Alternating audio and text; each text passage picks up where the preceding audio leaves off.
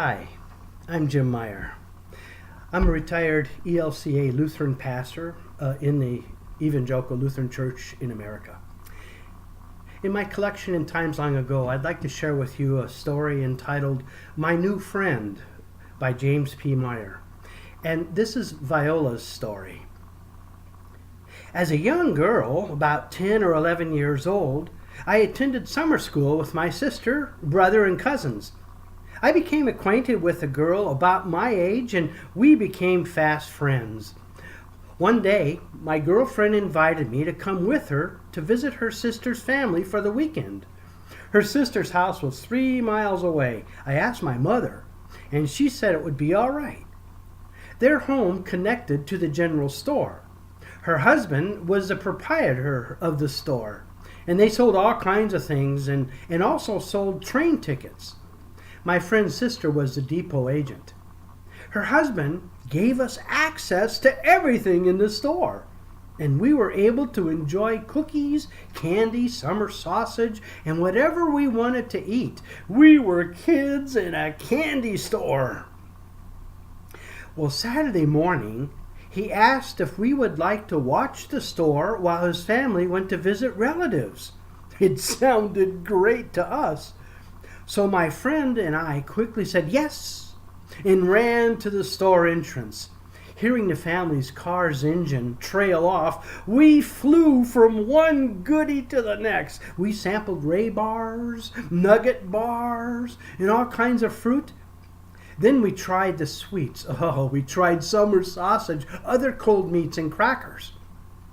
After a while, we were so full, but we were still having fun. There were hobos at that time milling around outside the depot. Now, hobos were like drifters, bums, men who had no job and nowhere to go in particular. Well, one of the hobos came into the store while my friend and I were there. We were scared. I stood stiff as he spoke to us. He seemed nice enough, but we were both scared just the same. Now, on the counter, there was a cigar cutter. It cut off the tip of the cigar automatically when you put it in. When the hobo spoke, I instantly reacted, and without realizing it, I ran over and put my finger in the cigar cutter and cut the tip of my finger right off. Oh, I held up my hand dripping with blood and screamed. In an instant, both the hobo and my friend were tending to me. She found a bandage real fast, and the hobo bound up my finger. I realized we had a new friend from then on. He was very gentle and warm to me. The bleeding soon stopped, and it wasn't as serious as I thought it was. We gave him summer sausages, crackers, and soda pop to drink. He thanked us and left. We never saw him again or even knew his name, but I'll never forget the kindness he had for a little girl that was afraid and got her finger stuck in the cigar cutter. The end. Well, I wonder what it would be like to be a kid in a candy shop with access to anything and everything. I wonder if their contentment after eating everything that they wanted was pleasant or unpleasant. I wonder if Viola's friend's father had any cautious misgivings about leaving the store in the hands of 10-year-olds. I wonder if you've ever been in a general store or been given free candy or food. I wonder what the nugget bars tasted like. I wonder why the girls were scared of the hobos. I wonder if the hobo was scared of or for the little girls left alone to mind the store. I wonder what the hobo thought when Vi inadvertently ran to the cigar cutter and put her finger in. I wonder what came over Vi to do such a thing. I wonder if you've ever been frightened and did something to hurt yourself. I wonder why the hobo came to her aid.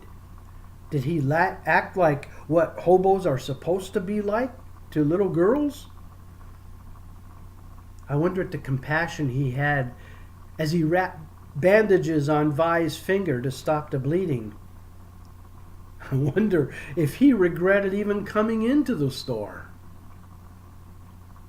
I wonder if you've ever forgotten a kindness someone did for you. And now our family room reflections. The journey was hot and dusty, and the traveler kept watch up ahead for anything out of the ordinary, as bandits were reported to hold up people on this road. "Stop," he said to himself. "There's a commotion up ahead. Better get behind the bushes and watch a while." Up ahead, there was something lying in the road, and it moved from time to time. But wait, he thought. Someone's going up to it. Yes, looks like a priest. But he's going around it. I wonder what it is. Oh, look, there comes someone else. He's wearing a stole. Oh, he's a Levite. Would you look at that? He went around it too. After much waiting, no one else approached, and the traveler thought it okay to go see what was in the road. As he approached, he found a man all beaten up and near death. Without thinking, he ran up to the man and cradled him in his arms, giving him water to drink. And seeing his bruises and abrasions, he brought out his oils and applied them to his wounds. He needed to get him to safety, so he carried him back to Jericho and went to the nearest inn. Getting a room, he gently laid the man on the bed. The man roused, muttering he was beaten and robbed by highway thieves. When he opened his eyes, he was startled to see the one helping him was a Samaritan. He started to put up a hateful fuss, but because of his injuries, he laid back exhausted. He had no choice but to accept the help. "My God," he thought bitterly, "I have been touched by a dirty Samaritan." The Samaritan, seeing the disdain on the man's face and knowing he was a Jew, felt he ought to go. After all, he was in Israel, and it could get worse for him.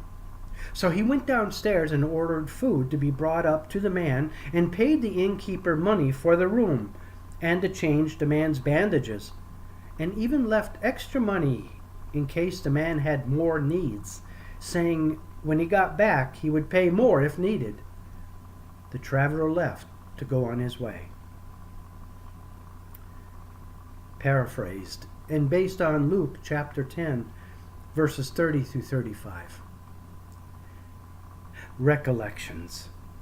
Where are you in these stories? Who do you identify with? Vi and her friend met a hobo whom they had heard stories about, and it caused them to fear him. The man, left for dead when he realized who it was that was helping him, was startled and disdainfully started to put up a fuss. Yet both the hobo and the Samaritan reacted in love and compassion and leapt for help. Fear and hate taught by culture can foster non-compassionate ways. The priest and the Levite, both the caretakers of God's word and house, continued the culture of hate and left a man to die. What does Jesus lead to about our neighbor? Have you ever feared a people, yet never met one of a certain type? The little girl found a new friend.